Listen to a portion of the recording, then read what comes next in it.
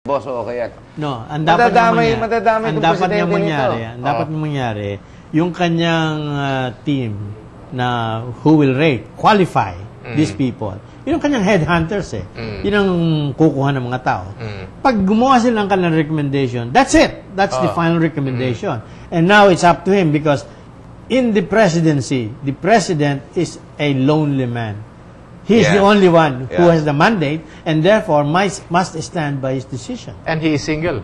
And he's single. You know, in private companies, when you have the gangplanks going down of all the different managers and supervisors and whatnot, if only the president on top really actually listened to supervisors and managers, if only that was the case, maybe, or in most times, maybe the company would run smoothly. But a lot of times they don't.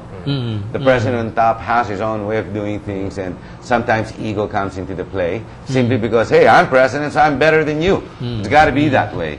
But the president can't be there all the time and whatnot. Now, the people who, there are always the good recommendations and they're the bad ones. Sabay yan eh, the rotten eggs together with the good ones, nagsasabay, and sabay-sabay pupunta sa'yo, sasabihin sa'yo, kung sino ngayon na nakausap mo, gano'n ang mangyayari. Harry, there are two approaches here eh. You either go by the Western culture, which is management by objective, or do we go by management by culture, which is Oriental?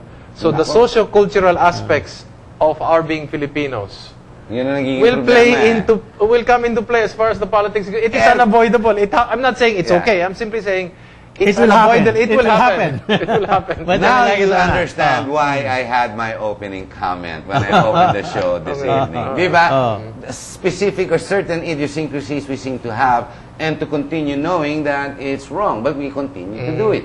Alam naman natin eh. Pare, excuse me ah. I mean, excuse me. Kaya nga sinabi nga, excuse me, dire-diretso ka na lang, di ba? Hindi.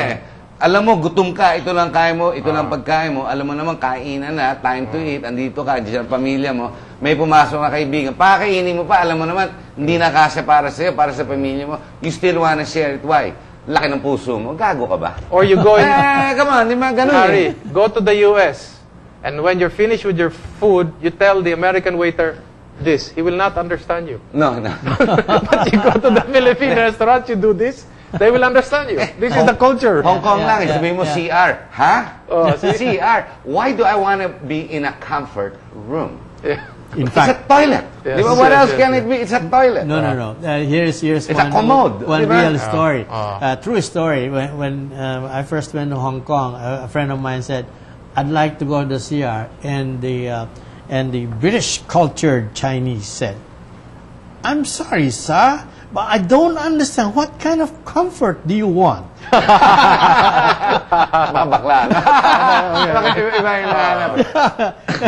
No. Do you think Noy Noy is going to be in for a rugged time in the next... Alam mo, you have the honeymoon stage now, and every one of us is promoting him because we want him all to succeed. The optimism is very high. Yes, and that's very dangerous. I think every Filipino wants him to succeed. Yes. But at the rate it's happening, diba? Well, you've got, of course, sour grapes with Banggit, the general, who's not getting what he wants. Yes. But come on, he already knew. He was appointed March 9, right before the ban. 2 months ka lang naman, alam mo naman yan eh. At saka alam mo talaga yun. At saka alam mo, career ka, in-appoint ka, here's your chance to be yung pinaka-happy na, iniwanan mo yung pagkakareer mo, dapat nawala na yung security tenure mo once you accept. Alam mo, Harry, no? Ambahador ka, alam mo, coterminus ka. Hindi, gusto mo yung sinabi ni Agra kasi pwede ka pa tumagal ng mga 3 buwan pa or something else. I mean, you know, Harry, personally, if I was going to advise Noy Noy, I would have kept my mouth shut. That's what I would have done. Paano na-advise yun? No, because he is still not president. You're not yet president. This is still the term. He's not taken his oath of office yet. What I would do is have an organized press conference and say, well, the president is going to go on a sabbatical to meet with different individuals, with his teams, to form the new government. Please expect for announcements on June 30. Ang problema na kasi, he's trying to please the media. Diba? He doesn't have to answer about bangit. He doesn't have to answer about all these other questions. Yeah. Pero nangyayari, sumasagot na nga eh. Tinatanong nga. After his proclamation, he had the press conference, which to me, as far as if I was going to... I found that peculiar, you don't need honestly. that. If he wanted to make... it peculiar. If he wanted to make a statement, it should have been a prepared statement, no questions. Yeah. And Why? Yes, I have to prepare. I'm busy. I've got to prepare the government. That's it. Maybe it's an act of being transparent and being casual and being one of the people, which is what I think he wants to... That's also one of the best way to be misperceived.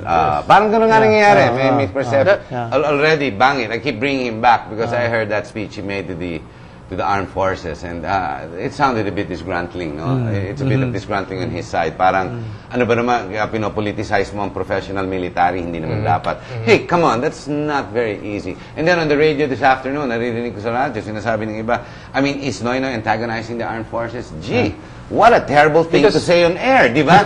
I mean, are you now directing the minds of the military? Di ba? Galit ba siya sa military? Exactly.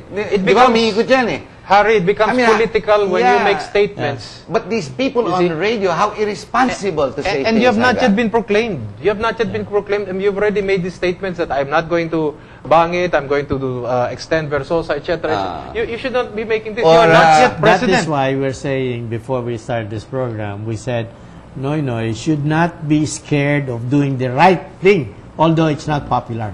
You see? Do the right thing. Can we expect for him to do the right thing? I'll tell you what. Why don't we go forward in that direction? In terms of options, they're saying that we won in this mandate because we're going to run after GMA. Yun na nga eh. Personally, if you are president, you're supposed to do justice to all Filipinos. Including the president. Including an outgoing president. And you should not be personally interested, or your administration should be interested in the persecution or prosecution of a former president. Let the individual, let the public do that. Do you think the inauguration yan, they're supposed to ride one car from Malacanang to wherever. Do you think he's going to ride the same car with her? How can you do justice if you are going to be interested in a case? This is supposed to be an independent branch of government, the judiciary. This is where I am asking our people, really, the general run-of-the-mill, the man on the street, to be much more aware of what really governance is. You see, it's not like, but the guy hey, ako ang sovereign, ako ang bumoto, ako dapat ang sundin mo. Hindi. Meron dapat kang sinusunod na proseso para doon sa hahabulin mong, yung, baka hindi mo alam na kung yung hinahabol mo, yun nga ang pumatay o hindi pumatay. Isa pa yun, baka mali pa. Baka mali pa. Pagka nagkamali ka, pagtatawanan ka pa ngayon ng publiko. Nasa kultura natin yan eh. Even Hacienda Luisita, what will happen to Hacienda Luisita? Ayos sagutin nga eh. Di ba? This is what I'm saying. Or following Gil's prescription is maybe in order to increase the generation, the income generation of the area, maybe the next president should declare this an export processing zone or a... Correct? Yes. And not give away the land. Yeah, don't give away the land. Rent it out. Which will justify skipping Hacienda Luisita. No. We're going to have to discuss that very soon. Charter change and all these issues. Very soon, here in GNN, we're going to have to really thrash out these issues once and for all, you know? You know, we're at the last 5 minutes of the program. Anong maganda gawin natin as we end this? Because I don't want to sound like we're always bickering and criticizing. No, because that's... I mean, let's be different from all the other talk programs. Like unmarried women? Yeah, you know, like you hear it on media, basically. Lahat naman, andali lahat magreklamo. But here in GNN, I'd like to think that we all, as hosts, in all our programs, go one step higher by creating, generating, proposing good or solutions rather than just criticizing. But very quickly, where do you think he should go? Or very quickly, where is he and where should he go? I guess. How would we do it? You first? Okay, yeah. I can go and say this, really. There is a need for him to really visualize ano ba yung gusto natin puntahan, anong gusto natin mangyari sa Pilipinas, sa ating mga tao, sa susunod na 20 taon. At yung 20 taon na yon, yung proseso yon, ay kailangan umpisahan ngayon. Dahil hindi mo magagawa yan sa 20 taon kung hindi ka mag-umpisa ngayon eh. It's as simple as that. You know, there is a time, the material time required to be able to accomplish anything you put into a vision by getting your mission concretized. But if you don't have the vision, walang mangyayari. it's going to be a catch-as-catch-can. You know, band-aid solutions na naman. So follow your guts, what you're saying. No. First, you must do it, plan it, use all your scientific people. Use your technologies. Get the information that you need, for Christ's sake. What you need to put in for a total solution.